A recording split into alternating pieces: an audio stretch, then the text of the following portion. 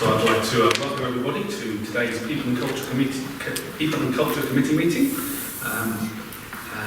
We'll start with apologies for absence. As far as I know, we've only had apologies from Councillor Jacobs. Thank you for reminding me, Chair. Only apologies from Councillor Jacobs. And next we'll move on to the emergency evacuation procedures. Simon, brief us on. Yes, thank you, Chair. So, members, you'll see behind me and in front of me little green arrows with a little person there running. That's a fire exit out of the building. That will lead you to an external door. And should there be a requirement for us for the fire alarm to activate, it will not be a test. We're not expecting a test today, I don't believe. But it will be congregating outside on the front car park there. Thank you. Thank you, Simon. And now we'll move on to declarations of interests, please. Yes, Chair, we have two declarations of interest. So item 9, annual review of the remuneration of the Chief Fire Officer, Chief Executive. All the Service Leadership Board officers and the statutory officers, that's myself included, have a declared interest in this item because our salaries are a percentage of the Chief Fire Officers. However, I have to present that report to you, so I apologise, there is no way I can get round that, but I have an interest in that paper. Also, item 15 is the Chief Fire Officer's performance appraisal for his final year. That's at item 15, and that will be heard in exempt session. That's all. Thank you very much, Amanda. Next is public access, of which we've not received any items, as far as I know. No? Great, so we can skip on. Next is Chair's business. I'd like to confirm that this meeting is taking place as a face-to-face meeting. Unfortunately, due to COVID-19 regulations, we have had to limit the number of attendees and the entry of press and public. For this reason, we are recording this meeting for the public to view, whereas before COVID committee meetings were not recorded. I'd like to ask the members to introduce themselves. So if we go in this direction. I'm Councillor Brian Hopkinson on South Portishead District Council, and I represent Cribbs Causeway and Charlton Hayes.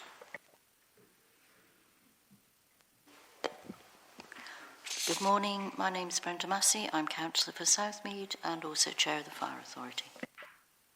I'm Don Davis. I'm the Vice Chair of the Fire Authority and the Councillor for Peel Ward in North Somerset. I'm Andrew Brown. I'm a councillor for Hengrove and Whitchurch Park Ward in Bristol. I'm Adam Monk. I'm a councillor for Filton Ward at South Gloss Council. Richard Tucker, Western-super-Mare Milton Ward, North Somerset Council. Good morning. Shelley Bromley, councillor for Western Bath and North East Somerset Council. And I don't believe I introduced myself at the beginning of the meeting. I'm Councillor David Wilcox for Lockleys in Bristol. And now can we move on to the officers' introduction, please? Good morning, I'm Amanda Brown. I'm the clerk for Avon Fire Authority, and apologies for my voice. I've got a bit of a bug today.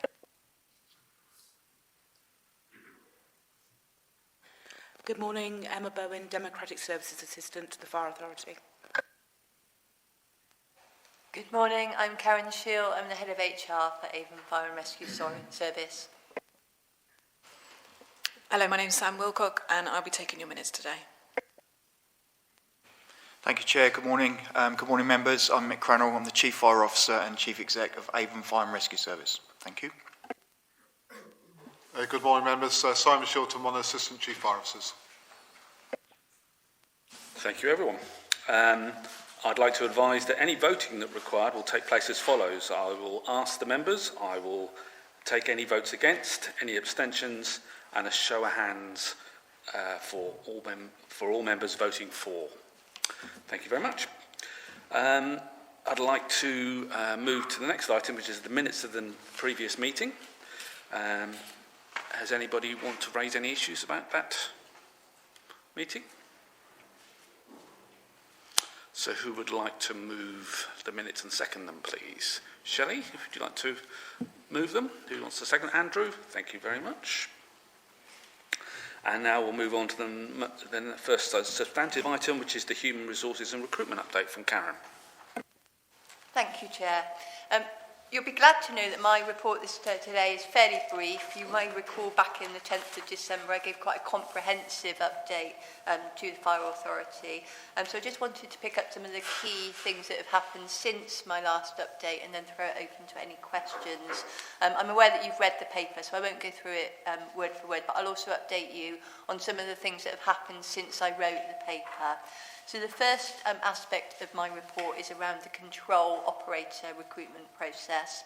Unfortunately, despite a huge amount of press and work that has been undertaken by our communications department, we only generated 22 applications for that role. That's very unusual. Normally in all of our previous recruitments, we've generated way over 100 applications, and we've got 6 vacancies that we need to fill, which have arisen from a variety of reasons, both retirements, but also sometimes a few people that have been promoted and also resigned from their employment with us. So we generated some further press publicity campaigns, and I'm pleased to tell you that since then we've generated just over 60 applications, and 40 of those are deemed of a good quality and will move forward to the next stage of the selection process. So I can update you further on that when we meet next time, and those vacancies are due to start with us in June for a training period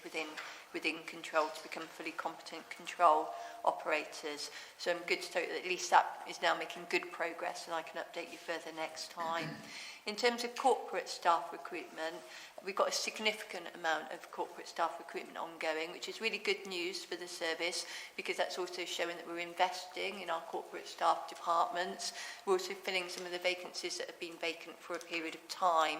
You will recall last time I spoke to you about our Nova Way vacancies, so that's mechanics and technicians. We continue to have difficulties in recruiting to those roles, and these are issues that are not just faced by Avon Fire and Rescue Service. They're issues that are being held locally, regionally and nationally. We're also having problems filling a number of vacancies for other areas. So, for example, in our premises department and also in my own human resources department, we've got 2 vacancies. The closing date is today. We've only had 2 applicants, which is unprecedented. We normally always have at least 20, 30 applications. So we are really struggling to fill all of our vacancies at the moment. Like I said, that's a national issue. The public sector pay had played some part in that, although I'm pleased to report that since I wrote this paper, the national decisions on public sector pay for Green Book staff, which applies to all corporate staff roles, has now been approved, and a 1.75% pay increase will be processed this month, which is backdated to the 1st of April. So that will make a sort of small difference in terms of salaries, but it won't resolve all of the issues. So we're also looking at market rate supplements and other more creative solutions to try and fill some of those vacancies, because obviously whilst we're holding vacancies, that's either stopping us from doing some of our critical work or is delaying the process. What I will say is obviously we're not meeting any of our statutory responsibilities, but some of the improvement plans that we're working on have had a sort of slower track because we haven't always got well-resourced teams. So that's something that we're constantly looking at, and we discuss at a senior leadership team meetings on a frequent basis to see if there are other more creative ways that we can fill those vacancies. In terms of whole-time firefighters, really good news. 24 trainee firefighters started with us in January. They're all making really, really good progress. Had a couple of issues with people testing positive for COVID, but only 2, and we've managed to help them to catch up on their training, so that hasn't proved an issue for us at this point in time. We also had 1 minor injury, but that trainee was able to continue on the training course. So you will recall that we've got another 24 firefighters that would be due to start with us on the 25th of April this year. However, we've had a number of those candidates that have been placed on hold who have withdrawn from the process for various reasons. Some of them have moved, most of them have moved away from the area. So one has moved back to Italy to be with his family, another one has moved up north. So we're sort of going through the people that are on hold and just processing the last few. They're in the process of having medicals. I'm still confident that we will fill all of those 24 vacancies. But again, this is unprecedented for us. We've never had firefighters on hold for positions who have then withdrawn from the process. One did say it was also due to pay, that they were actually in quite a well-paid job and they would have been taking a pay cut to come across as a firefighter, and on that basis they hadn't been able to take up the place on the training school. So obviously we're keeping that under a sort of watching brief, because you will know that we're also planning our next campaign that launches at the beginning of May. And we're doing quite a lot of work with our on our internet, on our Yes You Can campaign, working with community stakeholders. We've got over 60 community groups that help us to publicise our vacancies. We've got a big event next Thursday with Bristol City Council, which is the Our City, Our Jobs event. So we're trying to make sure that we have a presence at all of these key recruitment events to raise the profile of whole-time firefighter vacancies, but also to, as we've discussed before, raise the profile amongst those people that may not normally consider firefighting as a career opportunity for them. So it's also International Women's Day next week. So again, we'll be doing some more publicity around that to just try and open up people's eyes that maybe firefighting might be a career choice for them that they might not have previously thought about. We also work with SARI, so Stand Against Racism and Inequality, to particularly focus on some of our underrepresented groups in terms of the BAME community, particularly within central Bristol, to try and help us generate interest and also look at some of the barriers that we've had for people that may not consider vacancies, and how we can work around that and get people to work with us to do things like Zoom events, virtual events, really trying to open up that opportunity and just get people talking to us. And if they've got any concerns about whether they would be suitable for a firefighter role, that we try and sort of talk them through that in a very informal basis and try and encourage them to apply when the recruitment opens at the beginning of May. On-call recruitment is constantly ongoing. You will recall that sometimes for some of our on-call stations we do have difficulty in recruiting. So that work is constantly ongoing. Our staff on those stations are excellent in terms of trying to generate interest within their local communities, and lots of station events are happening. And obviously the good thing now about the pandemic restrictions lifting is that we can now invite people back into our fire stations and start to generate some of that local interest in those vacancies. So the next training school for on-call recruitment is in August, and we're making really good progress in filling the vacancies that exist for those training school places. And also we've spoken both at Fire Authority and also within People and Culture Committee about the number of retirements that we have at the moment and the succession planning that we undertake. So it's predicted that 23 operational staff will retire between the 1st of January and the 31st of March. Of course, unfortunately, our Chief Fire Officer is one of those, and we've secured his replacement in Assistant Chief Simon Shilton. So there's a lot of work that is ongoing within the service in terms of promotion opportunities, which is good news for us, but obviously we are losing a lot of experience and long service. So that's something that presents a challenge to us, but you will be aware of all of the measures that we've put in place to make sure that we can develop and train people to promote them into those vacancies that then exist. So in terms of an update for you, that is my update for this meeting. What I propose for the next meeting is that I normally propose do an annual update on all employment cases. So as you know, our operational year runs from the 1st of April through to the 31st of March. So at the next meeting, I will present to you an update of employment cases, which will include any discipline grievances, bullying, harassment and employment tribunal claims that we've had over the last year. And I also think that sometimes my report has been mainly focused on recruitment side of things, and maybe not so much on welfare and well-being. There's a huge amount of good work that is being undertaken on that area in terms of supporting our staff, reducing our sickness absence, and really looking at how we can put in place increased welfare provisions. So Stacey will cover some of that with you when she does her report later on this morning, but I propose that maybe I give you some more input in terms of some of the positive work that we're doing on welfare and well-being. So I'll throw it open to you for any questions that you may have.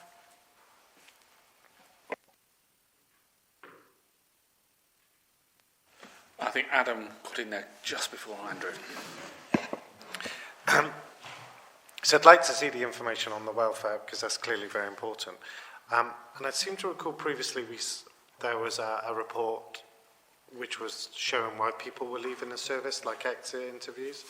So how often is that updated to members? Because you talked about attrition, possibly the wrong word, but... So thank you. Definitely I'll bring the information back on welfare and well-being. I'll talk to you about all of the interventions that we've had, and then maybe some of the anonymised cases just to show some of the work that we're doing across the service in supporting people with their welfare and well-being. In terms of the attrition and the exit question, I think what we agreed at the last meeting when we met in December was that rather than that being a regular report, that we would do that on an annual basis.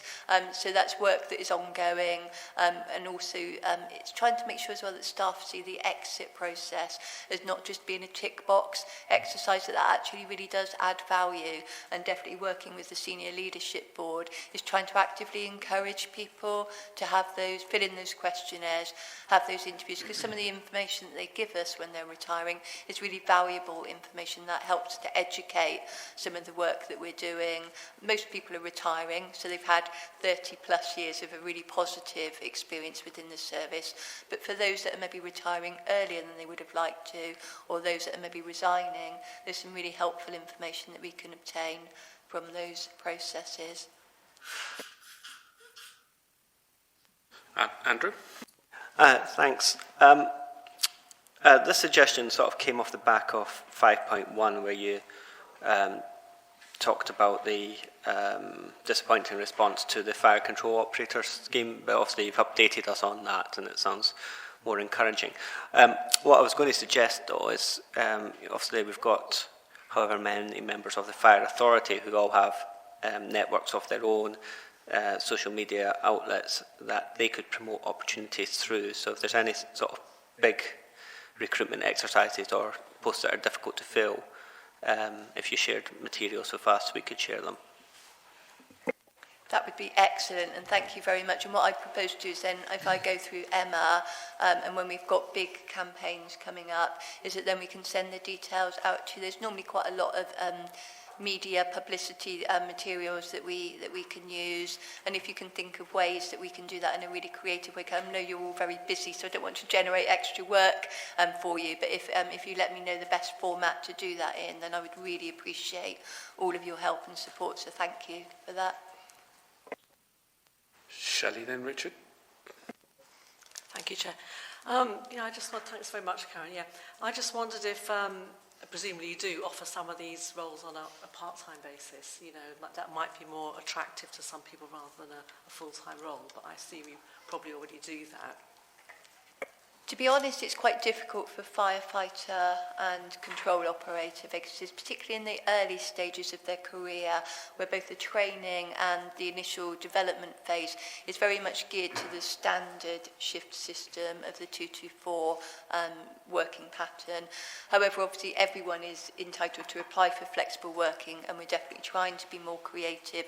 There's some work ongoing looking at sort of different ways that we can operate, particularly for on-call as well, because that is a real commitment for people to meet, bearing in mind that they've got a primary employer and then also a secondary employer. So we are looking at creative solutions, definitely as well for our corporate staff roles. The vast majority are open on a part-time basis and a temporary basis. And also the good thing about the pandemic is that actually being able to work remotely has been proven to work very successfully. So for example, for a recent vacancy that we advertised it nationally. Unfortunately, we haven't filled it because they didn't quite meet the criteria that we were looking for, but we had applicants from across the country who were very willing to just maybe travel here one day a week, a couple of days a month, and so that has definitely thrown out the labour market much more widely for us. So yeah, definitely something that we're continually looking at to try and eliminate any of those barriers that we have. And also an example for a sort of whole-time firefighter is also looking at where we place people. So for example, at the moment we had a request from somebody who's a single parent who's sort of saying, you know, I really want to be a firefighter, they're doing really well on their training, but it's around just sort of looking at what their personal commitments are and trying wherever possible to accommodate them. The good thing is that when we have a lot of vacancies, we've got a bit more flexibility about where we can place people to give them that balance between work and their personal commitments. Yes, Mick. Yeah, thank you.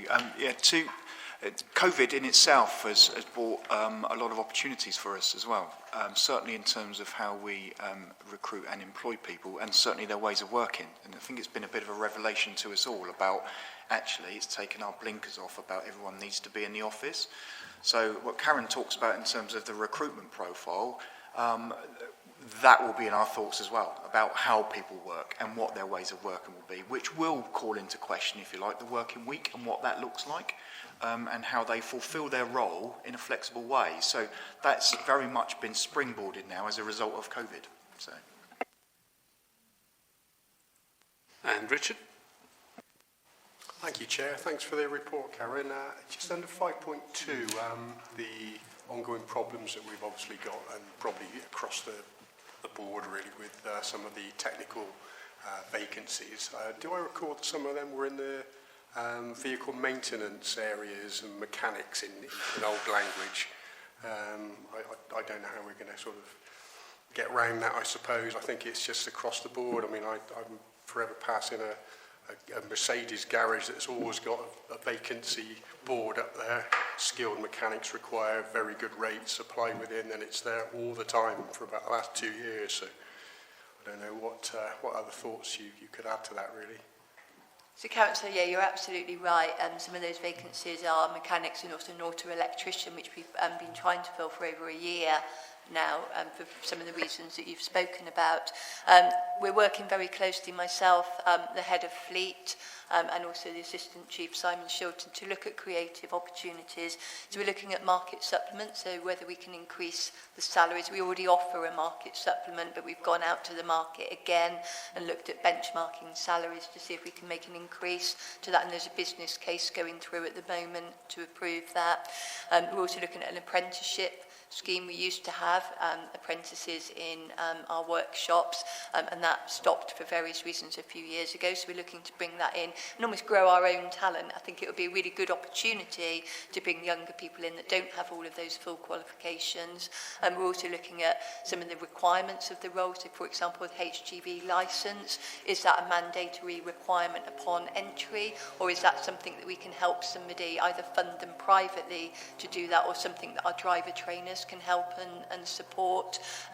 So we're always looking really, really creatively. And also for anyone that's had the opportunity to go to our workshops, they're exemplary in terms of the working environment compared to some other workshops. So it's very much about now that COVID restrictions have eased, of inviting people into potential job applicants, either virtually or actually physically, to invite them in and have an open day at Nova Way to showcase the working environment, because actually whilst salary of course is important, a good working environment also is important, and we offer great annual leave, our pension, so some flexibility in terms of they get all of their uniform, all of their tools provided, and I could go on and on. So there's a lot of advantages. They also work 4 days a week, 37 hours a week. When you benchmark that with other organisations in that sector, quite often it's 40, 50 hours a week, and sometimes including evenings, weekends. So it's really trying to sell the benefits of working with us beyond some of the public sector salary issues that we have. Does that help answer the question? Thank you very much. Richard, could you use your microphone next time? Yes, certainly the apprentices is the old way of doing things, isn't it? But of course we need that, the skilled, already qualified entry-level people as well. Obviously they're the ones that are really hard to get at the moment, but apprentices also.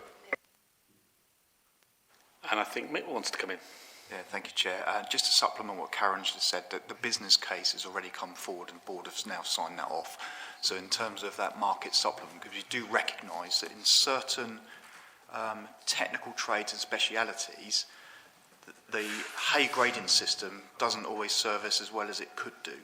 And certainly the external working environment shifts and changes according to market forces and market needs. And we don't always keep pace with that. But we do recognise that there is a need here, so we have signed that business case off. Okay.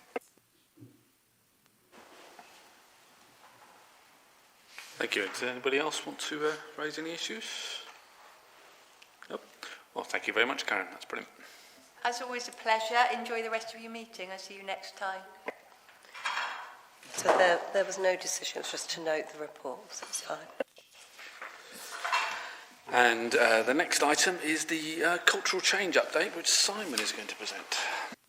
Yes, thank you, Chair. Thank you, members.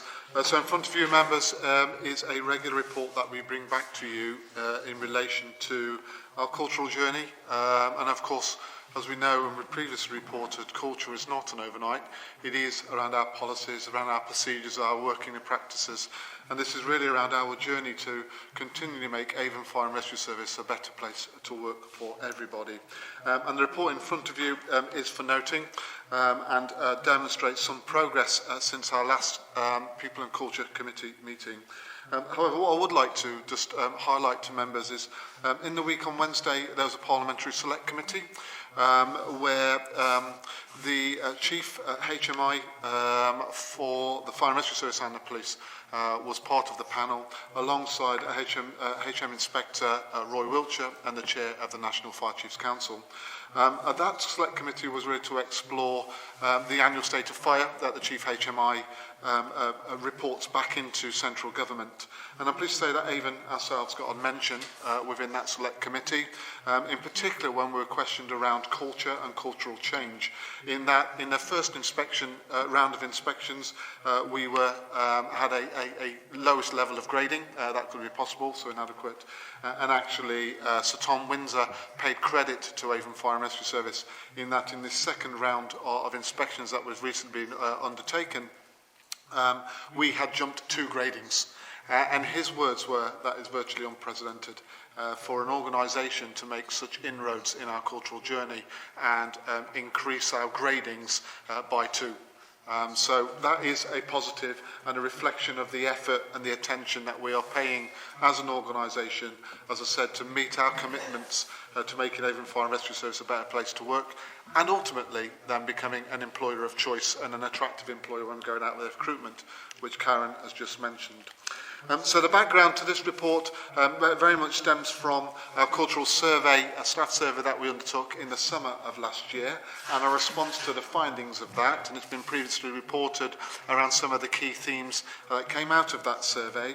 And consequently, as a result of that, which is very much a quantitative element, we wanted then to further explore the qualitative part of that information. And again, I'm pleased to report since the last People and Culture Committee, we've now begun the process of those focus groups. We've had 2 so far. The first one was with our senior leadership team, which senior leadership board were also included in that, and really exploring some of those key themes and looking at, in 5.3 of your report, you will see some of the areas of questioning that are taking place to really try to get that qualitative information, which then again inform our ongoing journey around where we need to focus our attention and make those necessary improvements for our workforce and also ultimately for our communities.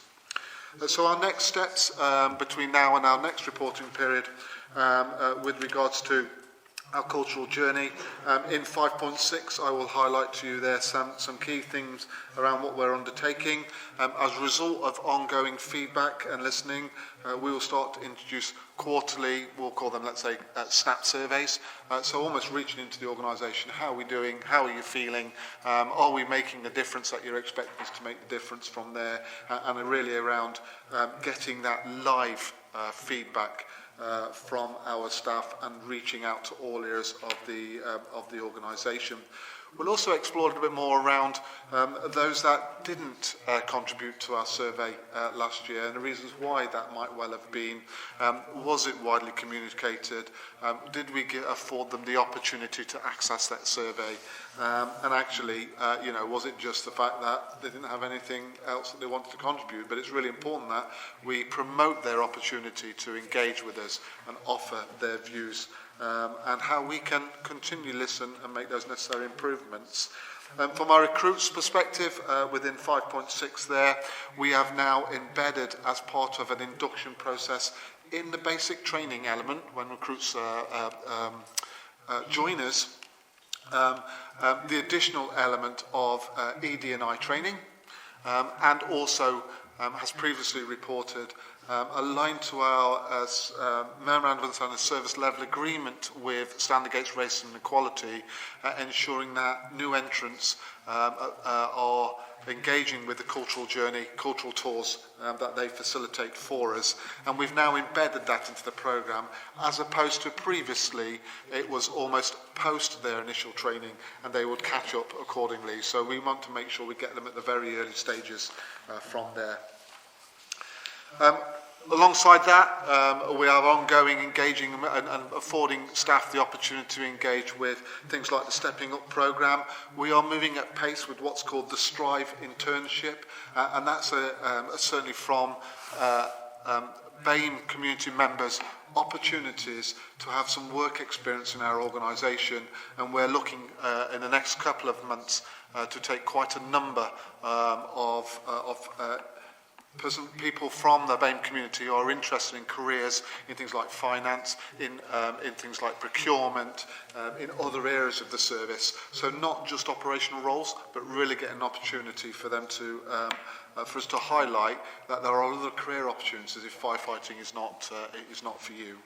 And finally, over the next couple of months, we'll also be relaunching our e-learning package with regards to ED&I training, refreshing that, particularly around looking at why we undertake positive action, what positive action is, what positive discrimination is, as well as our duties under the Equalities Act and public sector duty as well.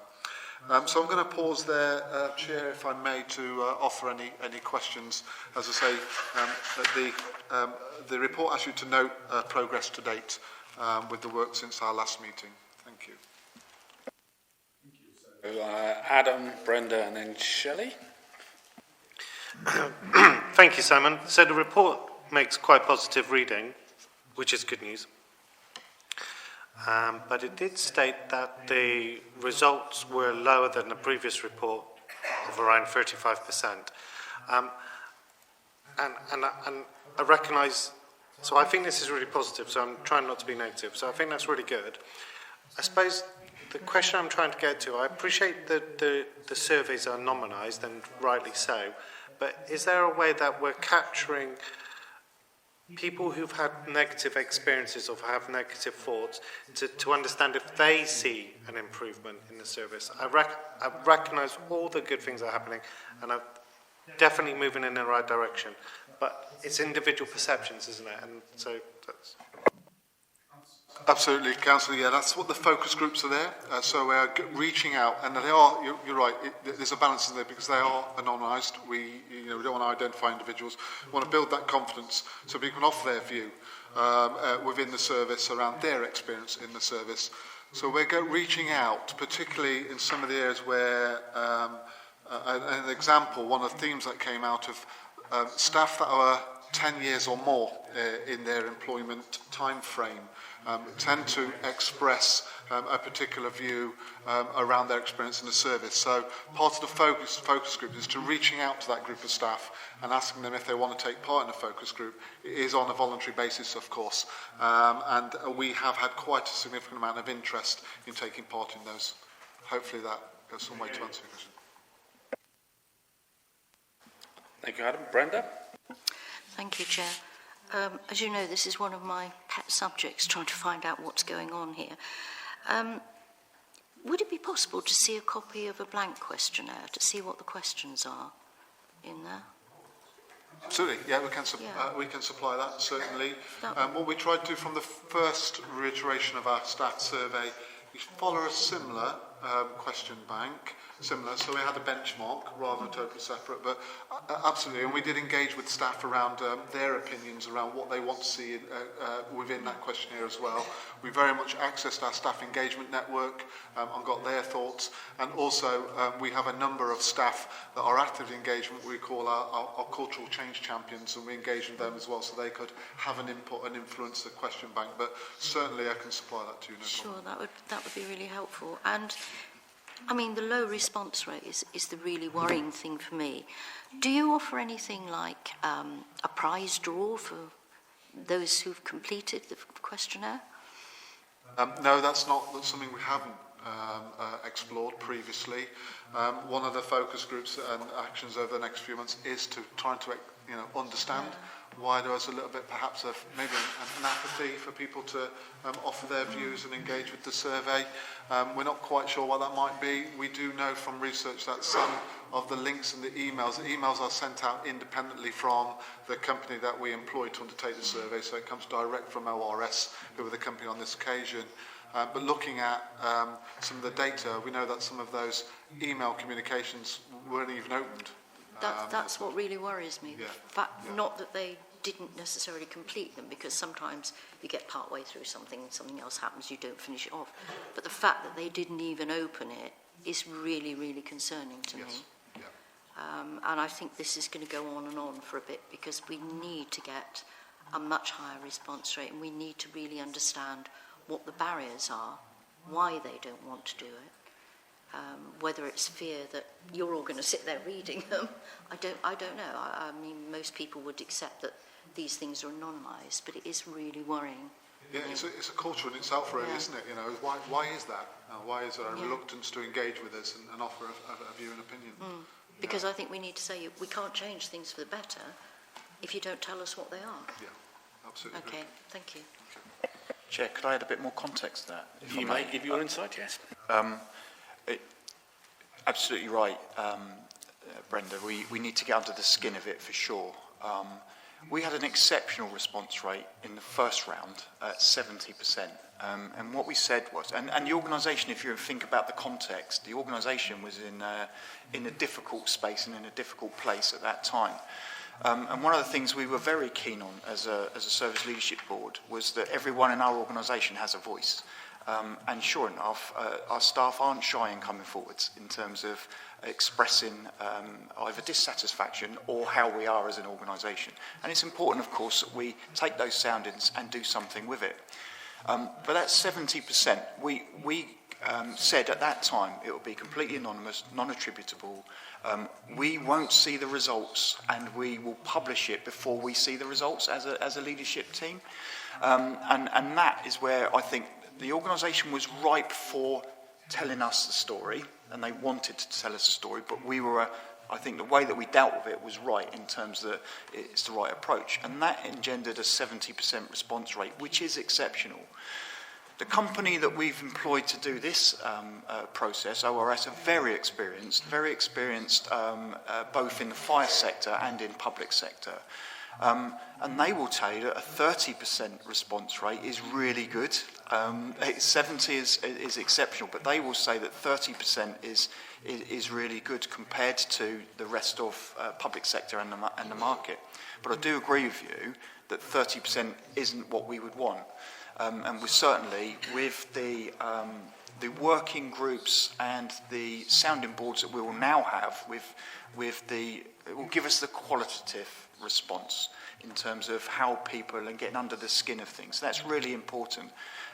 What we would like to do is more dip testing in certain the key areas, and to do some pulse testing within the organisation around certain key issues that we find from this. So we'll take soundings from the working groups and from those focus groups, and then we'll have a programme of work where we'll be focusing on the key areas that come from that.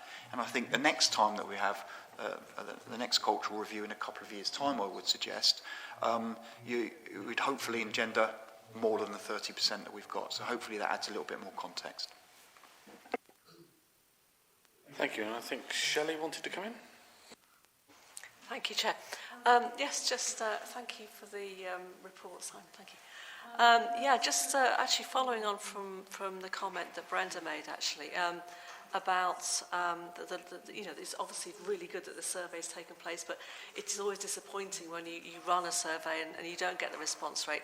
And I just wondered, from having worked in large public sector organisations before myself, you get these surveys like, please complete this survey, and then you forget about it, and then you think, yes, I'll do it next week. And I just wondered if you put up regular reminders, and then you probably do, and then a final reminder saying, don't forget, only 2 days to go, and because often people are busy and they just forget. It's not because they don't want to. So that was one sort of thing really I thought of. And then the other was survey questions often force you into a response that isn't really your response. And so, following on from Brenda's request, it might be nice to see the survey and just sort of see if there are any questions that we thought could be adapted in any way. And finally, do people fill these in? Do they really believe that change will follow? Well, I'm sure you've thought of all those things, Simon, but that's another aspect, isn't it? That do you feel you're going to spend your time filling in this survey? Could be 5 minutes or so. And you think, but really, am I wasting my time? What will happen from this? So just all those things, really, Thank you. Yeah, thank you, Councillor. I think a couple of things there, really, in terms of, yes, we do communicate, and many times we're sending out reminders.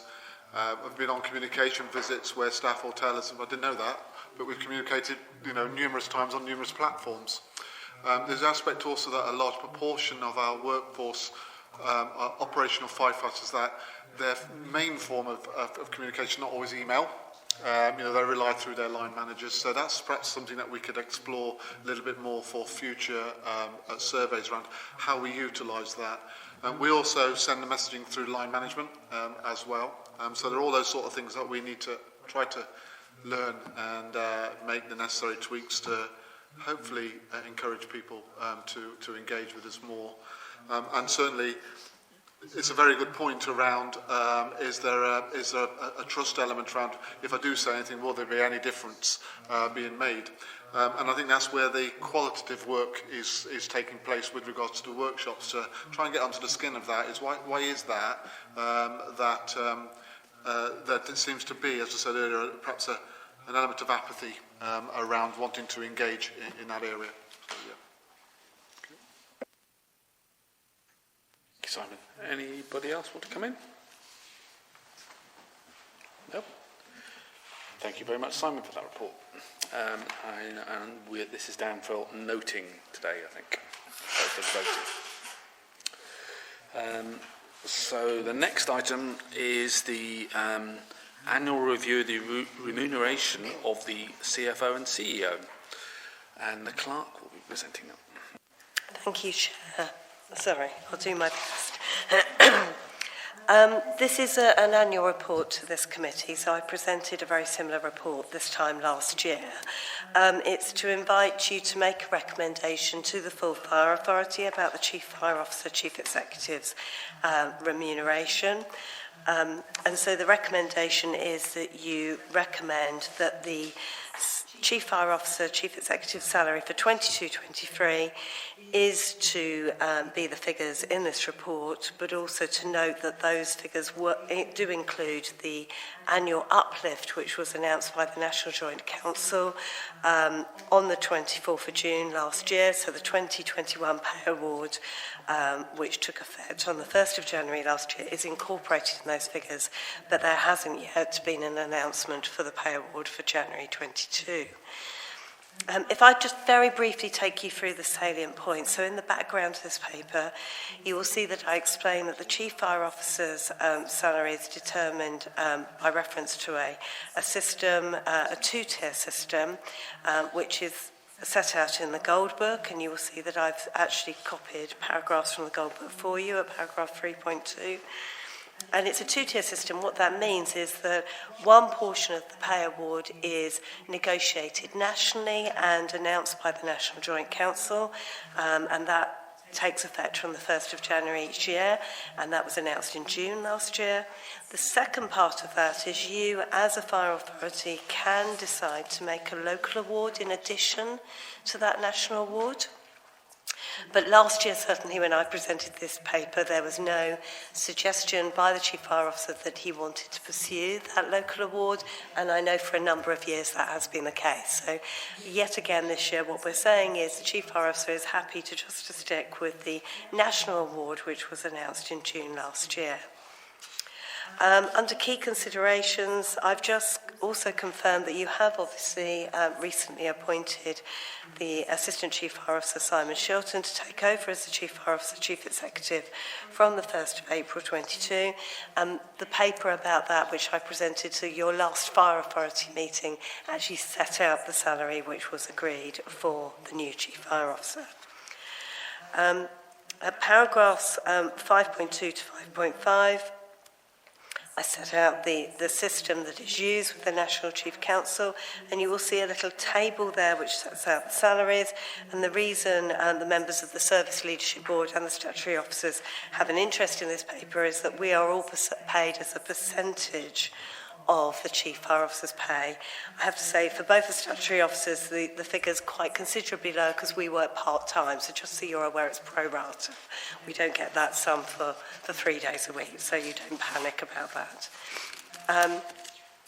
This is required, this statement, to be published by a paperless statement, rather, is required to be published by the 31st of March each year, and that is the next paper I'm presenting to you. So unless you've got any questions. Yes, Councillor Monk.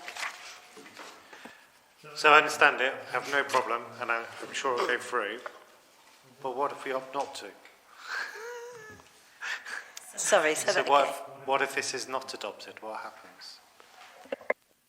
Well, I think your hands are tied. Hands are tied in relation to the national announcement, because under the Gold Book terms and conditions, that automatically accrues. So all you're being asked to decide today is that you're happy not to make a second local award. So what will happen is that the national award will still stay. Certainly. With your permission, Chair, when I was appointed, the Chief's salary was, it's worth noting that the Chief's salary was pitched at the average of the chief officers within the UK, and it has tracked that ever since. So there is a national award, but since I've been in post, we have not sought an additional pay award, because I personally feel, other people may have a different view in the future, but personally feel that isn't appropriate, because I feel that tracking the average of the chief officers, given the size of our service, is about right, personally. So that's why we've chosen not to do that. Don't have a problem. I just wanted to know if we could have... And Richard, do you wanted to come in? Oh, sorry. Just a quickie, thank you, Chair. I just wondered if is it about 40 odd other brigades around the country, how many of them do implement a local uplift, if you like? I just wondered it just to sort of put it into scale, really. Certainly don't have any figures, Councillor. It's a relevant question. What happens from time to time is responsibilities change. So the role will change, if you like. So certain chief officers will be a director of the council if they're in a county service, and their role within that, if they're taking parks and highways as a responsibility, or libraries over and above, they may be a local negotiation. So that's essentially what that would. But I don't know how many. But you can understand that there are certain chiefs in the UK where their role will change, and as a result, the local negotiation might change. Yeah, it does. Yeah. Any more questions? No? I've got a question. How many directors and statutory officers are there, please? So, Nick, did you want to answer that? Yeah, happy to answer that. So there is one chief officer, two assistant chief officers, a director of corporate services, and there are two statutory officers that support the fire authority, which is the treasurer and the clerk and monitoring officer. Thank you for that clarification. So no more questions? Do we actually need to vote on this to... I think you do, because you're making a recommendation to the Fire Authority. So the recommendation is the committee is asked to recommend to the Fire Authority that there be no local pay increase in the Chief Fire Officer, Chief Executive salary for 2022-23, and to note the National Joint Council 2021 pay award for brigade managers with effect from 1st of January 2021 of 1.5%, which was announced on the 24th of June 21. So can I have a proposer, please? Brenda? And Adam.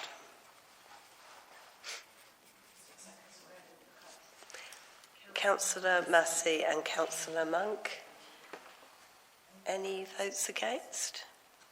Any abstentions? Everyone in favour? Thank you. Thank you very much.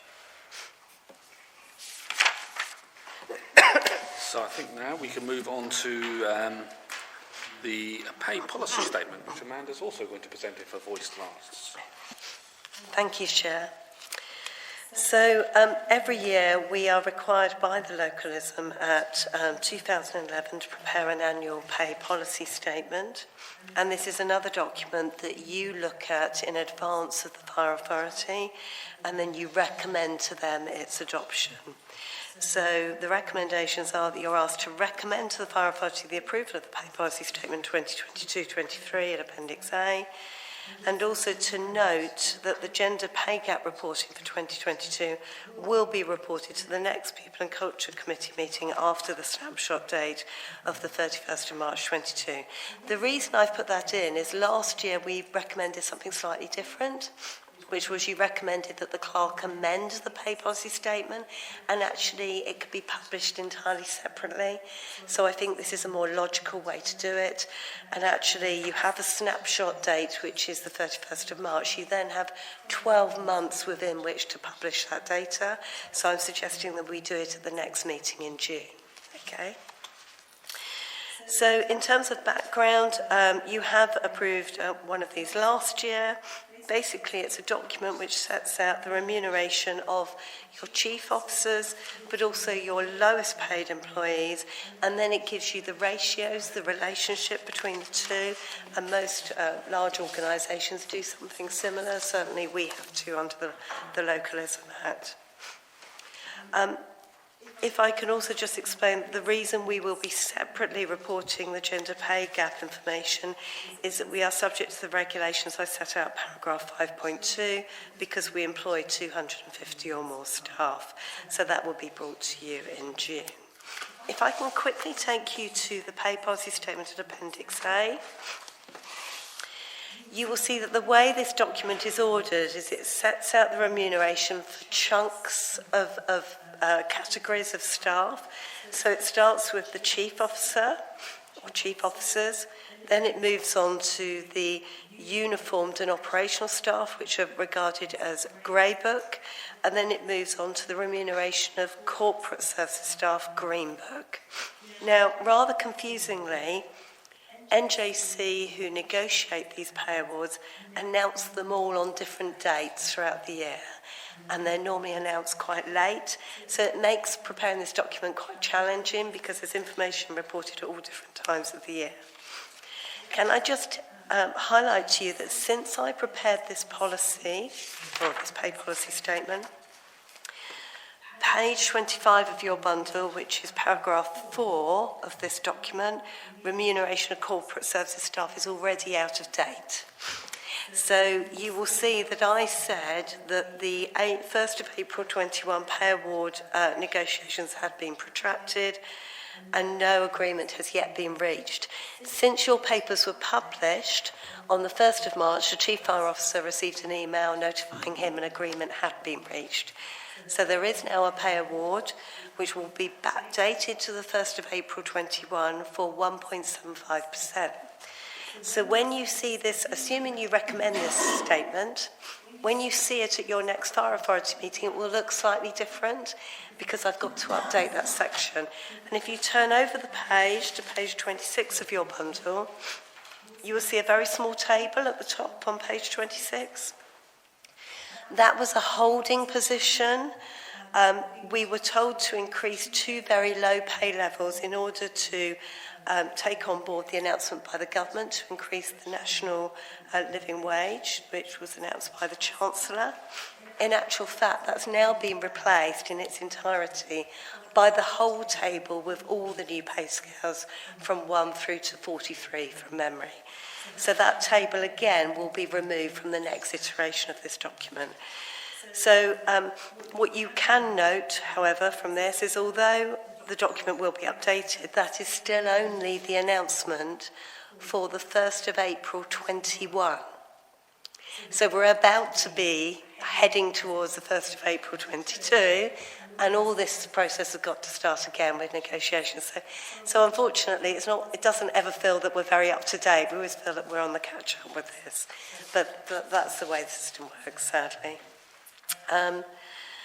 Again, salaries are set out, and then if I take you to the end of the document, which is page 30 of your bundle, this is probably the important bit because this is the current ratios between the Chief Fire Officer's salary and the median basic pay, also a competent firefighter and also the lowest paid employee.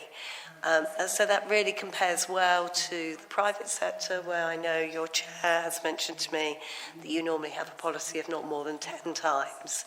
You will see that our ratios actually compare very well. So to save my voice, I'm not going to say any more, but I'll take any questions. Adam. I'm not sure how easy this is to collate this information. The pay gender gap is an important document to know, and clearly we are doing reasonably well as a fire authority. But it would be useful also to do a BAME or something similar pay gap to identify what the racial breakdown of pay is, because I think if we're on about a cultural change, I think that's a very important thing to track. Yeah, we did well previously, didn't we? But then I have a very random question as well, which is I notice we refer to the real living wage and the fire authority pays the real living wage, which I'm glad to see. But you can become an accredited employer, can't you? And I don't know if the fire authorities explored that. And that my understanding of becoming an accredited employer, that requires your supply chain to also be real living wage employers. So it's no onerous task on us, although it can increase your supply chain costs. But it does that mean your companies that are prime suppliers to you are also meeting your cultural obligations?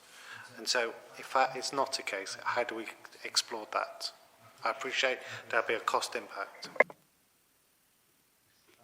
So in terms of the BAME report, that was a request from the People and Culture Committee about 2 years ago or so we do provide that for you. It's not a statutory requirement, but we will be bringing that to a future People and Culture Committee on an annual basis.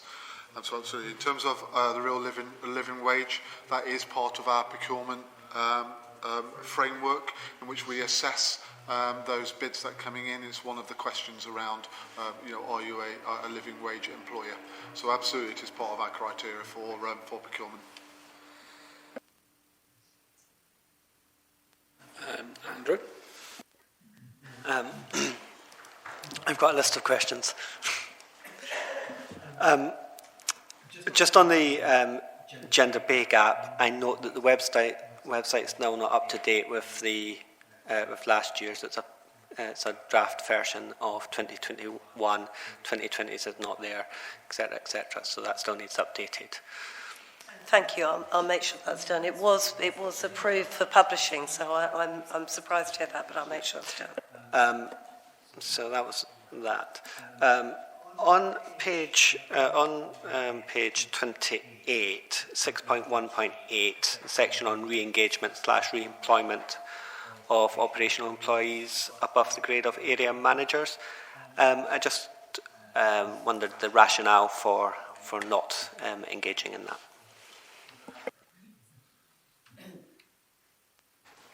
Councillor, it's a very relevant question and quite timely as well. There's a long story to this, and I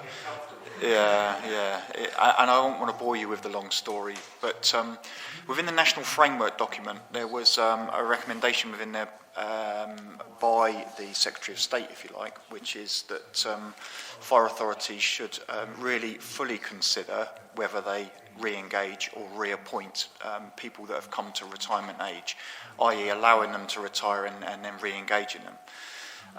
So that's been in place now since 2018, I believe. However, things have moved on. The world has turned and things have moved on. And things are requiring us to take a second look at this. The Fire Authority, in fact, People and Culture Committee and the Fire Authority agreed to open up, if you like, the Chief Officer's appointment process wide and varied, and also, obviously, to include non-uniform people and or other people from other industries and sectors, which raises the question, if Chief Officers are not able to be re-engaged and reappointed internally, would you be willing and able or wanting to appoint somebody who may have served many years in the police service, have retired from the police and or the army and or wherever, who is then able to be engaged in the fire and rescue service? There appears to be an inequity there. So what will happen, I believe Simon and the team in the future will have a look at this policy to consider all of those options and the intended and unintended consequences of those of that policy, and then perhaps have a conversation with members and bring forward a paper and observations in the future about, so what does that actually mean to us moving forward. My understanding is that the Secretary of State, if you like, the Minister, and the Home Office have a slightly different view now than they did have in 2018 when that was published in the framework document. We are expecting a new framework document. There are also questions within the forthcoming, due to be published, white paper on reform of the Fire and Rescue Service, of which one of the areas we believe that will be in there is around the operational independence of a Chief Officer. And that in itself calls into question whether the Chief Officer is an employee of the authority or is an appointee of the Home Secretary. So that in itself would have a significant impact, if you like, on this policy as well. So those things are in that mix. So watch this space, Councillor. So I've got a question about what you just said. Will a discussion on that white paper be coming to this committee or the main fire authority? I would suggest it depends what's in it, Councillor. And certainly we'll have discussions with members to decide where that goes, because clearly the People and Culture Committee is around people and the culture and the employment elements and contractual elements will take that into account. My suggestion would be it probably come here first and then on to the Fire Authority if a substantive decision is needed, but we need to follow the constitutional rules. Yeah, if the members of the committee could be kept up to date with that white paper information, that'd be very useful, I think. It's been imminent for quite a long time, Councillor, yeah.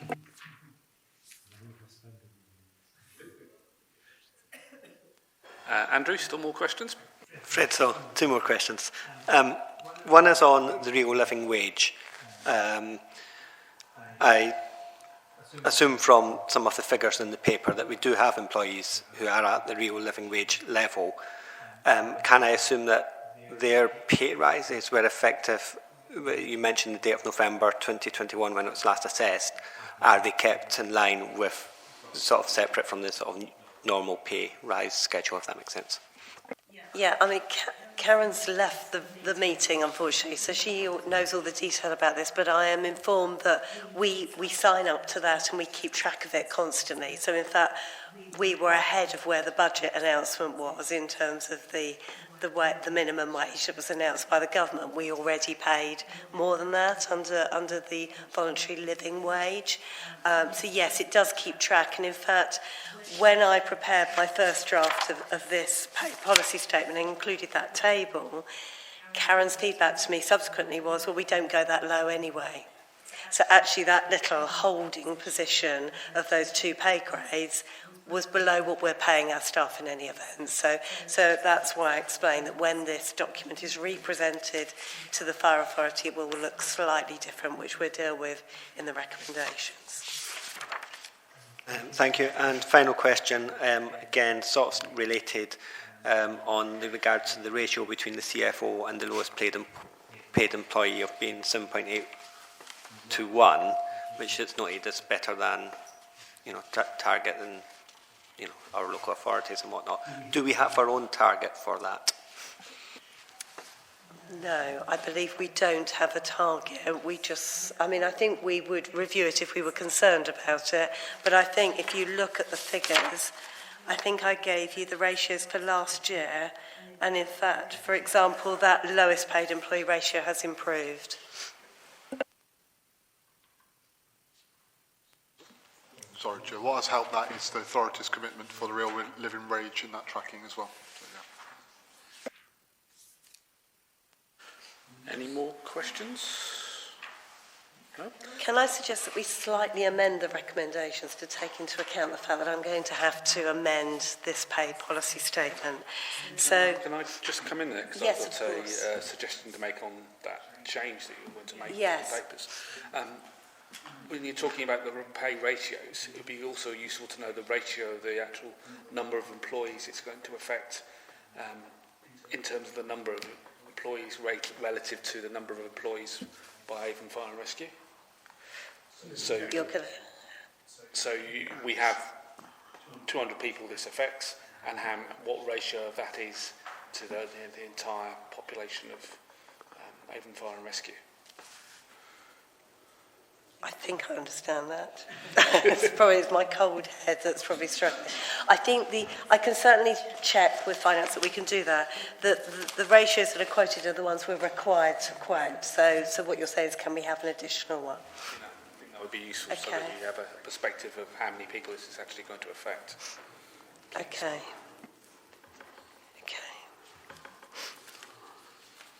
I'll add that to my list of work. Okay, so the recommendations then. Did you have any final questions, Councillor? Are you okay? Right. So you're asked to recommend to the Fire Authority approval of the Pay Policy Statement 2022-23. I would say subject to the amendment to reflect the Green Book Pay Award and also the additional ratio requested by Councillor Wilcox. Sorry, got your name eventually.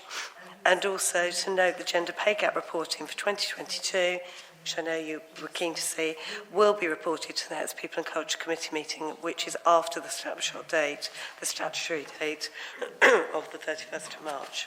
Can I have a proposal, please? Thank you, Andrew. That's Councillor Brown and Councillor Monk. Any votes against? Any abstentions? Those for? Thank you very much. And we'll move on to the next item, which is the Health and Safety Wellbeing Annual Report. I think Stacey's just been brought into the room.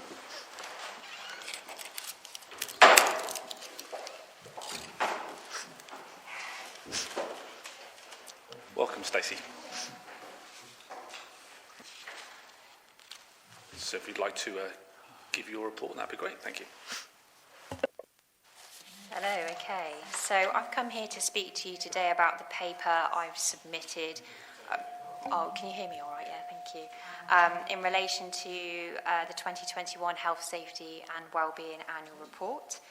I'd just like to direct members' attention to section 2 of the report, just to note, really, the findings of this report, specifically the incident data and trend analysis, and Appendix 1 of this paper, which actually contains the full Health, Safety and Wellbeing Annual Report.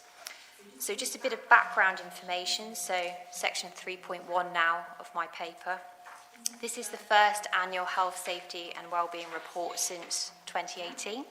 So I think we can all agree a lot's changed since then, including the department structure for health, safety and wellbeing. We've now obviously got the mental health, wellbeing and fitness elements under our remit. So the report really hopefully just captures some of those new elements and some of the themes and things that have happened over the past couple of years.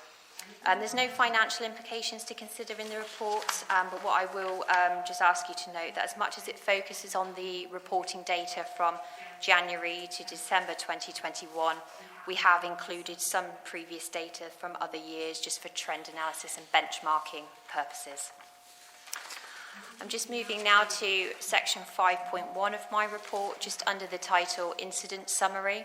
I thought it would be helpful to explain the number of incidents that we report on an annual basis, specifically in relation to our Oceans Well Worker system. That's our incident reporting system, so that's where staff go to make all reports regarding workplace incidents.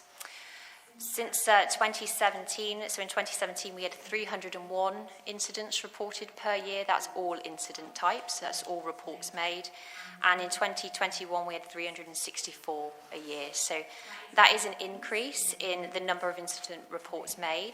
And I think just reflecting on that figure, there could be a few reasons for that increase. So we could surmise that we've had an increase in reporting from staff, in that staff are ensuring to make reports about all workplace incidents, as much as we could also surmise that's to do with an increase in the number of workplace incidents.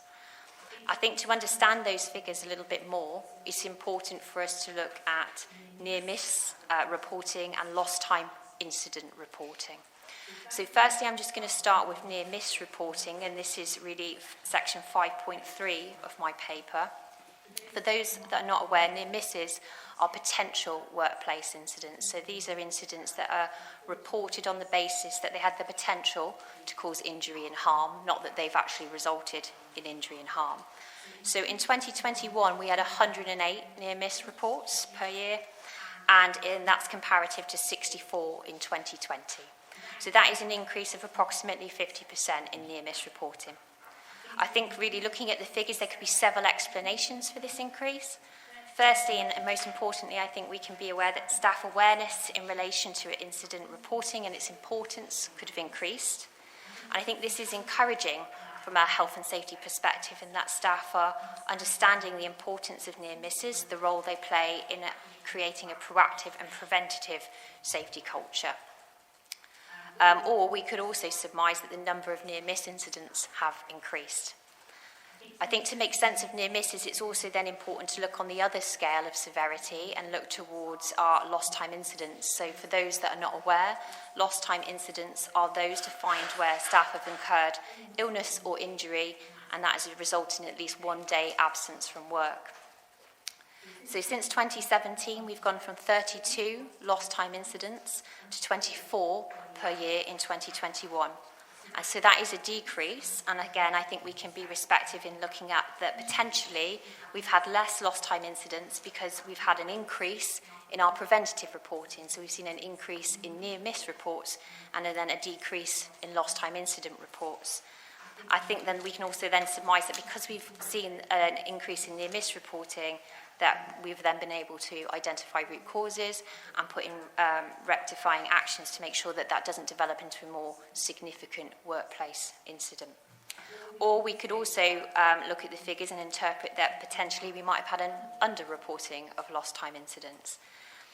As a health, safety and wellbeing team, we do work really closely with HR and resource planning to make sure that where we have had reports of illness and injury from staff and it's indicated as work-related, that we do make sure we pop it onto the Oceans Well Worker system so that we can make sure we can, analyse and investigate incidents.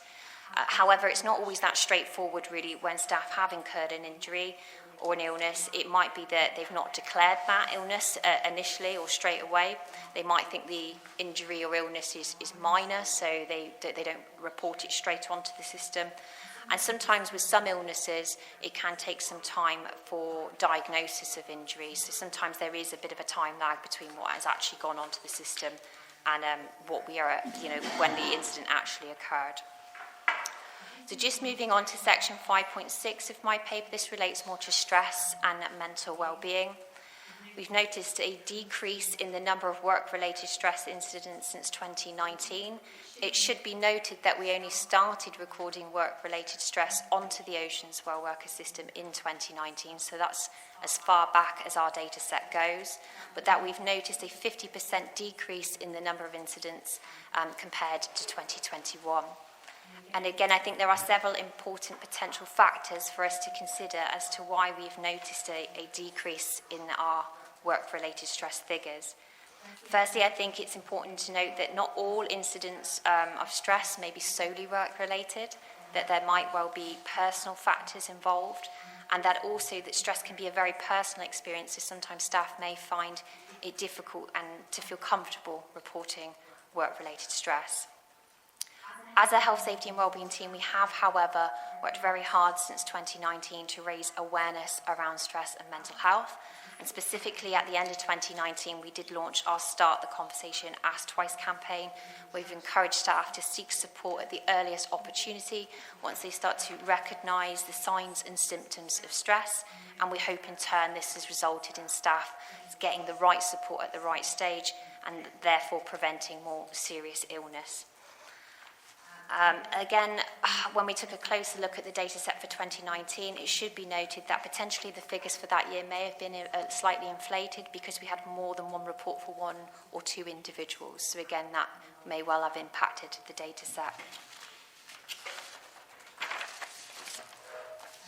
The committee had just asked to note that we haven't gone into too much detail around TRIM or the welfare case support, but there is a section within the annual report itself in Appendix 1.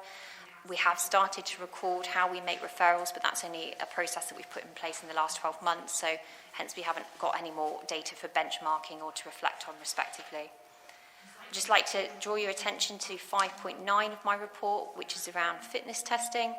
As you're aware, our operational staff are required to complete a fitness test which evaluates their anaerobic capacity at least once every 12 months. Since August 2019, we have worked hard as a team to monitor and reduce the number of staff overdue for their fitness test.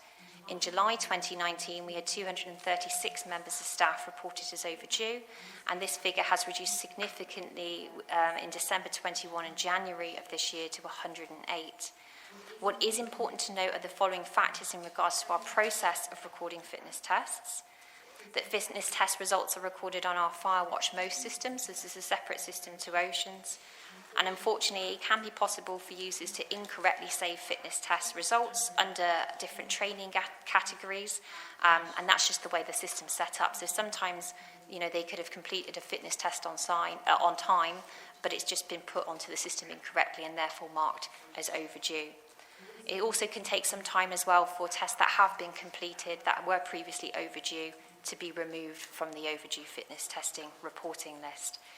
As a health, safety and wellbeing team, we do recognise the limitations within the Firewatch system itself and are working really closely with the performance team to make sure that as test results are entered, that we spend some time going through sense checking them, auditing them, making sure that they are assigned to the right category for reporting. And we're working closely to coach and train managers on the use of recording fitness tests onto Firewatch. Finally, my paper just notes in section 5.11 the impact of the COVID-19 pandemic, which I think is important when we're giving a bit of context around some of the figures in the annual report, in that the total number of incident reports decreased in 2020, so that's for all incident types. Potentially this suggests that the number of workplace incidents reduced, or that potentially we had an underreporting of incidents. I think there's definitely strong correlation there with actually the COVID-19 restrictions and an increase in working from home, and therefore there might be a likelihood that we saw a decrease in work-related incidents due to that. We did, however, see the number of our welfare case referrals increase. These are cases where staff have reached out for potentially mental health and wellbeing support. That did increase in 2020. And a lot of the main themes associated with that were stresses related to lockdown and anxieties around contracting the virus. And respectively, the number of work-related incidents, like I said, had decreased in 2020 and 21. However, as a team, we do remain vigilant that actually the long-term impacts of the pandemic on mental health, based on the national picture and literature, are probably yet to become apparent for several years. It should be finally noticed that the number of illnesses reported in 2020 to 21 increased. From closer examination of the data set, it was determined that this increase was actually noted to be related to COVID or COVID-related illnesses, and it can be quite challenging for us to look at actually determining whether there was work exposure there, or rather it's just a reporting of staff off with COVID or COVID-related illness. We do, through the Oceans Well Worker system, ensure that we report COVID cases, so that if there are any clusters of cases or outbreaks or things like that, that we can work with local management teams to address that. I think that's all the main findings of my report, so I'll just stop there and take any questions that you might have. Thank you, Stacey. So who would like to open the questions up?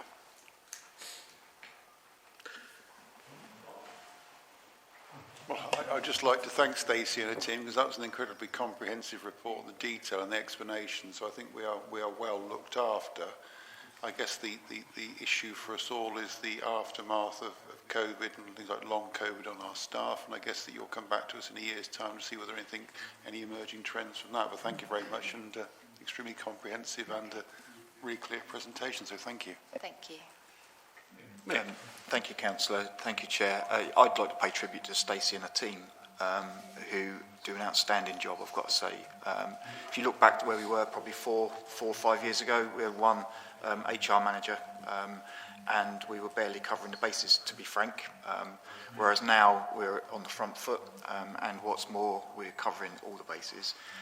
And we are really moving forward great strides in terms of how we look after our staff. And my reflection is we're in a strong place. There's always things we can do. We can always improve. But I'd like to pay credit to Stacey and the team. So thank you. Thank you, Stacey. Yes, indeed. Andrew, if you've got a question. Yeah, a comment and a question. Is the report for publication? In which case I spotted a tiny typo. Oh, okay. No, thank you. Yeah, no, it will be for publication, but it's not been released yet. So. Okay, I'll forward on to Emma that. Yeah. Yeah, it's not been released yet, but no, thank you. I was going to ask about the reporting. So on page 46 of the bundle, don't know what page it is on the actual report, but there's a section headed up Types of Incidents 2021 reporting period, and it talks about the total number of incidents reported in 2021. But then the two tables say total incidents 2017 to 2021. So my question was clarity around that. And then I had a further question around the number of incidents of security/theft, because looking at the glossary of terms, that can cover quite a wide range from minor to high. So I just wondered if we know a bit more about the breakdown of security and theft incidents. Sure. So just to clarify your first question, what was the question about the 2017, 2021? So immediately under the chart and then under the table it says figure 6, total incidents 2017 to 21 incident type. So that's on the bar chart. Yeah. And likewise, under the table, there's also a reference to 2017. Oh, okay, yeah. So no, I guess that's just sort of carried over from previous. Yeah. Okay. Okay. And then security and theft. Yeah, so that you've got sort of the Yeah. table indicates something like 82 security theft incidents, which seems quite a lot. But Yeah, it's quite a broad category. So we will have we'll have incidents as well, like if we've had equipment go missing or operational incidents. So that might be because either we've left it there or it's been picked up by another emergency service, or it could actually be security and theft, somebody trying to break into our premises. So we do make sure, particularly with equipment that goes missing, that we've got some sort of traceability there, particularly if we think it's something that could be dangerous if it was picked up by the public. And then as part of that, our GDPR, Freedom of Information team, would also be involved in that process. So it can cover quite a wide range of so I do accept that. So we do get quite a lot, yeah. I guess the thrust of my question is, is the bulk of that been minor incidents, or is there something more that we have, something more substantial we have to worry about? And that's No, I think the bulk of that has actually been just lost equipment, to be honest. We have had like one incident with a potential intruder trying to get into one of our stations, but generally I don't think we've had anything stolen or anything like that. It's more been we've actually left equipment on scene, and because we're not sure at what point it got lost, we don't know if it's either been stolen or we've just left it. So that's probably. I would suggest that the fact that I'm not aware probably tells you lots.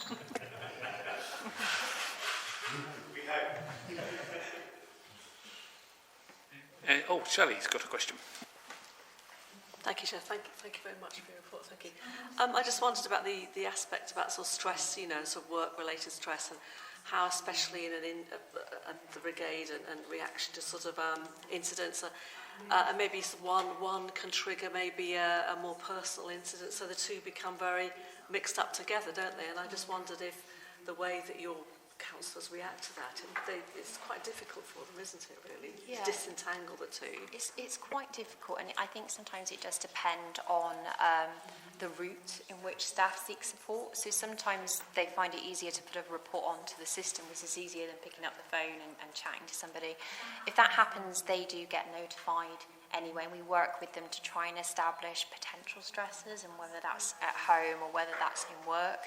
Sometimes it can be solely outside of the workplace, but that doesn't mean they're any less entitled to that support. They still get the support and coaching as much as if it's in the workplace. Then what we do is work with them, their local line management team. We also introduced the wellness assessment last year, which was like a replacement of the old stress risk assessment format.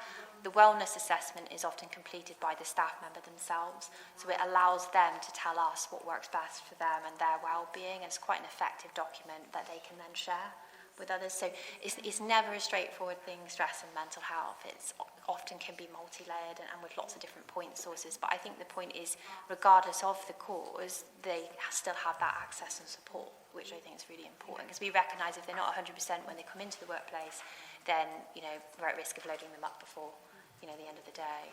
Thank you. Okay. Any more questions? So I've got a question. This report seems to be very focused on operational staff.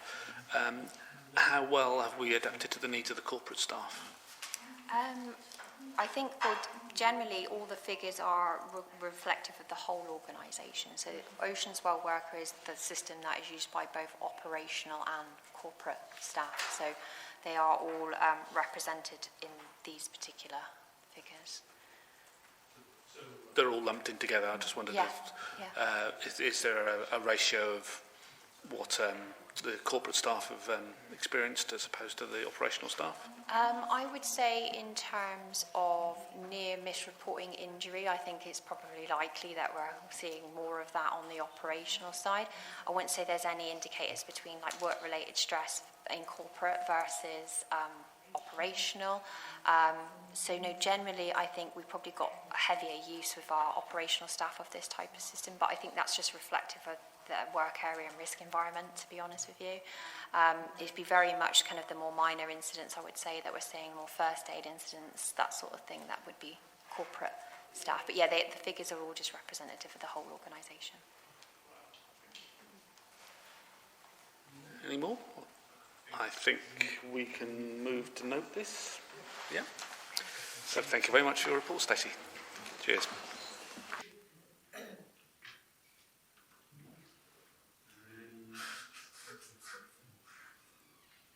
And next we have a Learning and Development Quarterly Report from Lee Wright.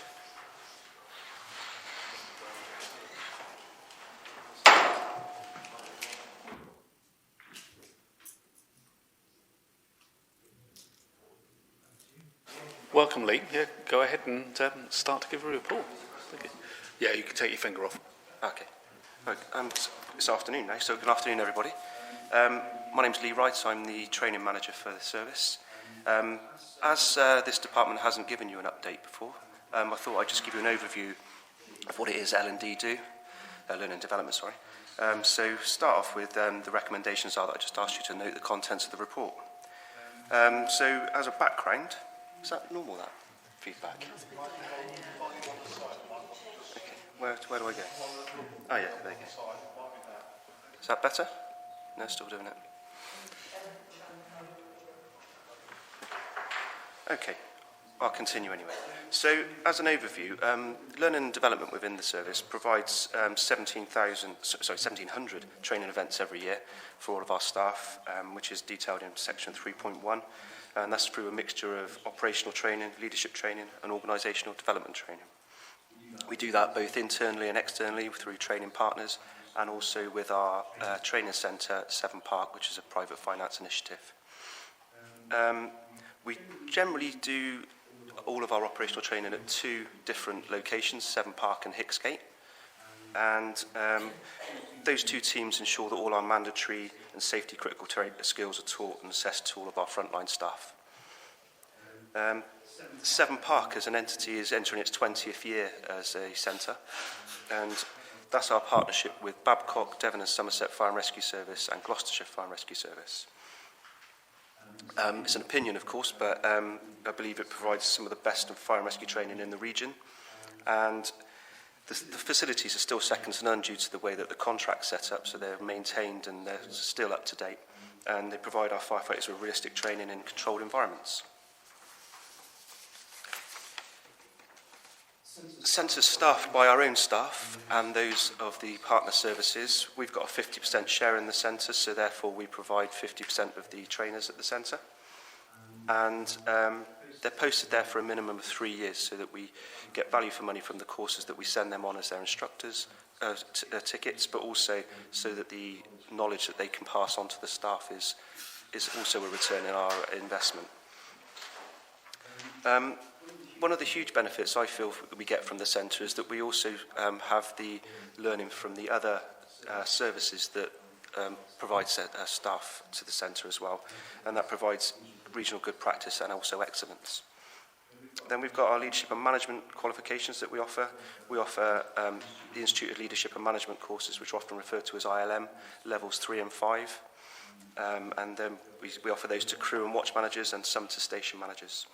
We also offer degree level courses to aspiring group managers and then master's degree to aspiring area managers. They're aligned with our development pathways within the promotion process, and we also offer specialist skills such as fire investigation, fire safety and so on. They're all written here. So, moving on to section 4, this report itself doesn't carry any financial implications.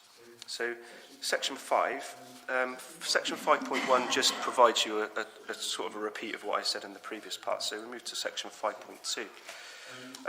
Each year our financial contributions converted into training points, and the main reason for that is because the contribution that we provide is index linked, so providing us with, for want of a better phrase, monopoly money to play with every year. It allows us to have the same amount of training points each year, even though the background mechanism has changed. Allows us to plan effectively, even though the finance behind it is slightly different. My role is to manage those points flexibly and to ensure that we get value for money. The governance arrangements at Severn Park, the ACFO sits on the Joint Management Board, and I sit on the steering group meeting, which allows us to ensure the effective and efficient utilisation of the points each year. As part of the services succession planning, we're recruiting 48 new firefighters this year. I'm sure HR have updated you on that. Made up of 2 courses of 24 students. This is the first time that we're following the apprenticeship model, so all of the new recruits that are at Severn Park at the moment are our first firefighter apprentices in the service. And a lot of work's on in their background to ensure that the apprenticeship standards are mapped against the qualification that they'll get, which is a Skills for Justice Firefighting in the Community Award. It's also been further mapped against our maintenance of skills and training, our most standards. For the last 10 years, they've also delivered our 2-day breathing apparatus requalifier. That's a mouthful, isn't it? Breathing apparatus requalifier. And as a bit of background, all of our firefighters must requalify in that skill every 2 years. We have experienced a few delays in that due to COVID, with people not being available, and also the numbers that we've had to reduce on the course, but we're working through that backlog now. The centre's having to change the focus due to our need to increase the amount of recruits on the course. So we're now aligning our recruitment strategy along with our training strategy. And then move on to section 5.6, the operational training team. They focus on mandatory and new and emerging themes. As I mentioned, these Severn Park training centres have had to refocus, so we've had to move the breathing apparatus requalifier from Severn Park to Hicksgate in order to facilitate the additional recruits training that we need to do. But that in turn will provide us with a great deal of flexibility, in particular addressing the backlog that we have of unqualified firefighters, those that have gone out of date of their qualification. The annual training plan at Severn Park is very rigid due to our constrictions. Is that the right word? Due to our partners being there, and we having to be mindful of their needs as well as our own. So moving it in-house is going to give us a lot more flexibility and allow us to react to out-of-date and short notice courses that we need to put on. We're also focusing on new and emerging themes, and our most current one is our response to the Grenfell Tower inquiry. The report says beginning in March in section 5.8, but that's actually Monday coming to, and after this weekend. And that's following the timeline that I've set out below. The e-learning will be sent out for staff to complete as of Monday. We've set a very short timeline for that, so they must complete it by the beginning of April, because then they'll be starting on a face-to-face course for half a day where they'll be introduced to the new procedures and the new equipment that they'll be carrying on their fire engines. And then from July onwards, we'll begin a series of exercises to test the training that we've given them and provide assurance that the new way of working will be adopted. There's a few changes in driver training as well, as detailed in section 5.10. Currently, everyone who attends driver training does a 1-week course. Due to a change in the National Fire Chiefs Council's, we've adopted a 2-week course, which will now provide us with 80 hours of contact for each member of staff. That will also encompass a night drive as well, and 2 members of staff will be on a course together, so there'll be a lot of vicarious learning going on as well. They do that with headsets because the fire engines are really noisy, so they look like they're going to a concert and about to start singing to each other, but actually it's just to make sure that they don't miss any of the learning that's going on in the front of the appliance, so that they can really learn and get the most out of the course over the 2 weeks. And as you can see from the end of that section, our aspiration is that in the near future 100% of our drivers will be 100% of our firefighters will be drivers across the service. Moving on to our organisational development department in 5.11. So we provide development opportunities for all Green and Grey Book staff. For our Green Book staff, we provide role-specific opportunities, such as our business continuity department will go on business continuity courses. And we also provide leadership and management qualifications for all managers across Green and Grey Book. They're for new and existing managers. And for the new managers, it forms part of the structure within the development pathways within the promotion process. So far, over 40 of our staff have engaged in the Level 5 ILM course. That's set over a 30-month period, so it's quite a commitment for them. And we also provide a slightly shorter version over 4 modules, should they choose to do that one instead. And we also provide the same 2 models for Level 3. 3 of our managers have recently completed a Charters Managers Degree Apprenticeship. That was a 2-year course, and they were able to use APL to reduce it from 4. Acquired prior learning, sorry. And that was to station managers or Green Book equivalents. And we've got 1 member of staff who's working towards a master's in the same subject.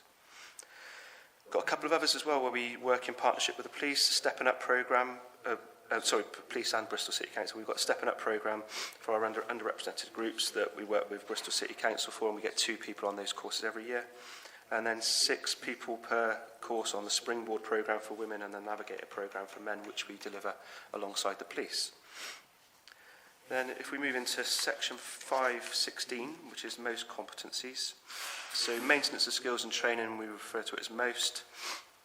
This is how our staff maintain their competencies and keep in date on stations. So their watch management teams will design training and training activities for staff to ensure that they don't go out of date with any of the competencies.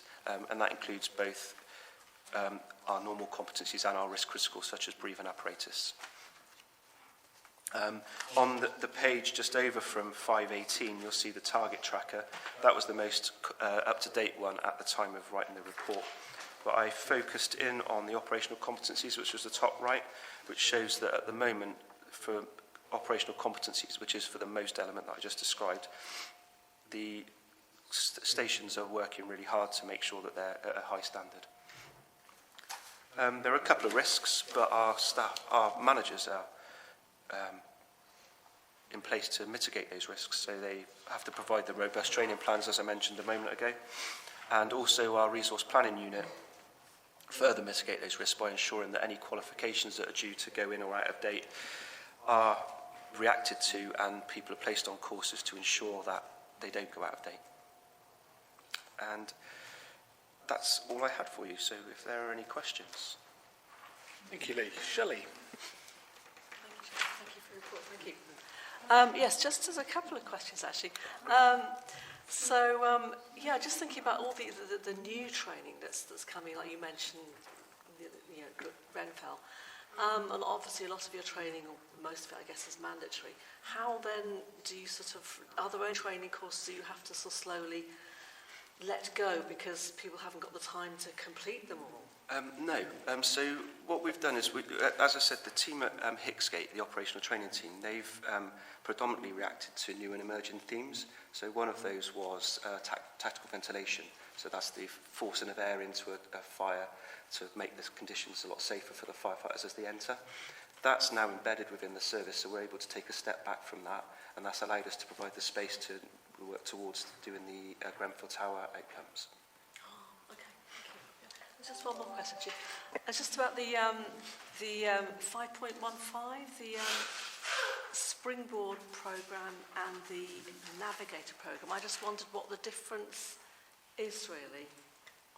So far as the content's concerned, there's not a great deal of difference. However, the Springboard programme's for women, and the Navigator programme's for men. So it's a leadership course. They get to develop and learn alongside the colleagues from other organisations, as it says in the report. But the content is very similar. I just wondered why they were segregated in that way. This isn't my department, so I would have to come back and give you an update. But maybe Simon can help. Yeah, I think the reason why they're segregated is often enable shared learning, shared experiences, and any challenges as related to, particularly from a gender perspective. So very much around not just cross-organisational, but also in terms of the police and the fire. It's a joint initiative, if you like, a joint course, but also with amongst our peers in our own organisations, and how you can share that and buddy up and do that mentoring as well collectively together. So the provider that we utilise for that has really done some analysis around the advantages of having separate programmes for that purpose. Often, sometimes if we were to have a joint programme, whilst the themes are pretty much the same, they're consistent for any leadership development, the experiences against the attendees and the candidates can be very different, and that helps not only in their own development, but also organisational learning as well. So that's the reason why they have those two different programmes. Hopefully that helps. In relation to new and emerging themes, as you can appreciate there, and what Lee's outlined there, certainly from an operational competencies, the requirement to maintain a vast round of skill sets is quite complex and quite difficult. So in order to create capacity within organisations so we can continually maintain and take on board new skill sets, update training, etc., we try to spread training skill sets across our workforce. So one of the things that we've tried to do from a core competence perspective, so our risk critical areas, is we have watch-based trainers, and that also helps create capacity and maintain competence across our organisation rather than just be focused on one centralised team. And that enables, Lee would reference there, some of the centralised teams to start focusing on the acquisition. So you've got acquisition of training, application, and then maintenance. So certainly from terms of application and maintenance, the locally based trainers help to support that, and so our central trainers can look at more focusing on new acquisition of skills. Hopefully that helps. Thank you, Simon. And if I could add, this is another area of our organisation where we're investing heavily, certainly around leadership development and leadership training, as you can see. And investing in people, significantly investing in our staff. We've got a member of staff who's on a PhD, and I couldn't begin to tell you what his question is in terms of his thesis. It would probably go well over my head, but it's investment in the fire sector, and certainly the fire sector will benefit as a result of that, probably on a national basis, which is fantastic, which perhaps we wouldn't have done previously. So that for me is great. We've also, I've just done the National Leadership Centre programme for CEOs, which is a cabinet office initiative, which is again is fantastic. And I dare say Simon, in the fullness of time, will be invited on that programme. It is exceptional. We've also got the Fleur Lombard Bursary Trust, which enables junior members of staff who have an idea and a research area that the Fleur Lombard Trust will invest in to enable these people to go and do that research and to come back and bring that learning back into the organisation.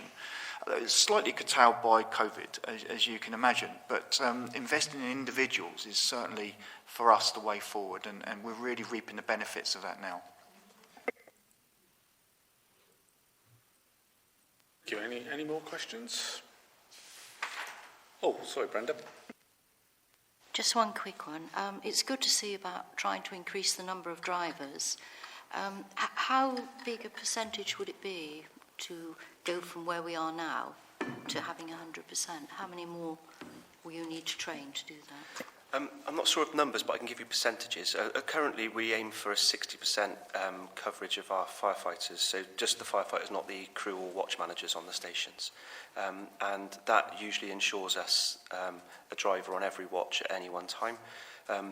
What we've experienced during COVID has taught us that we need to aim higher than that. So that's why the 100%. But I don't know the exact figures. I can get them for you if you would like. Thank you. Thank you, Lee, for your report. Thank you.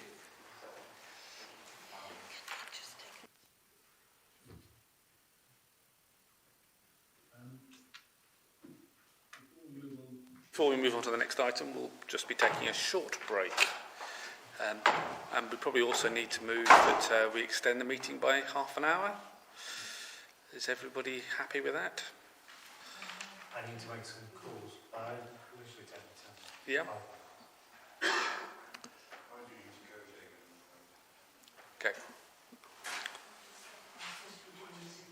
Indeed, yes. Sorry about this.